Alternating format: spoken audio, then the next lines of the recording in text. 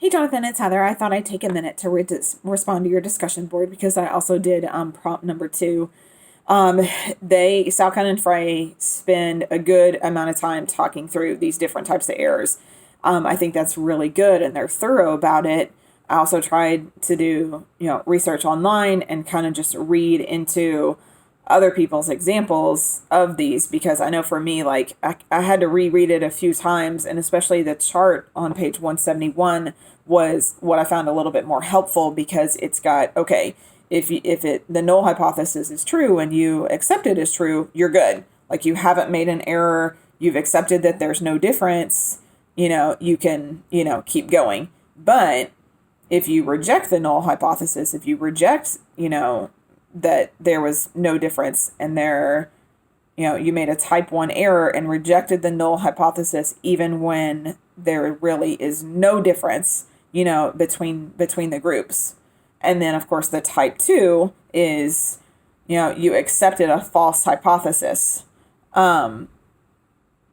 These, to me seem complicated at first, but the more you read about them, the more we think of examples. I think it was really good that we had to use examples in this discussion board because it definitely kind of helped me understand it maybe a little bit more other than just reading you reject you reject it or you accept it kind of thing, because those can seem like big terms at first.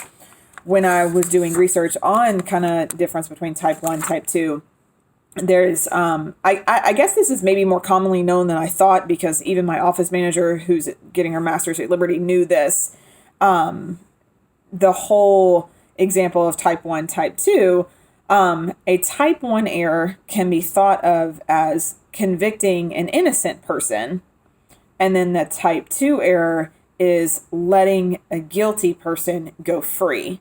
And I think when you really think those through, those are good, examples of, hey, you made the type 1 when you rejected the null hypothesis, even though there was no difference, and then the type 2 accepted a false null hypothesis.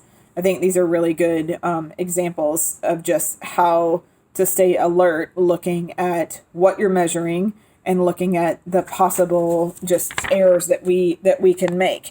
The book talks on page 173 about, okay, we want to try our best to minimize this, but doing so is not so easy, is not so easy to, to do or under your control. It talks about you have complete control over the type 1 error or the amount of risk. Type 2, that one might be a little bit harder. So that's why they talk about, that larger sample size, the lower risk of type 2. So I think they give, really good advice about what to do. And I think we just got to ease into each part of the research process slowly. I enjoyed reading your post. I thought you did a very good job, and I just wanted to take a minute to respond. I hope that you have a good weekend. Bye.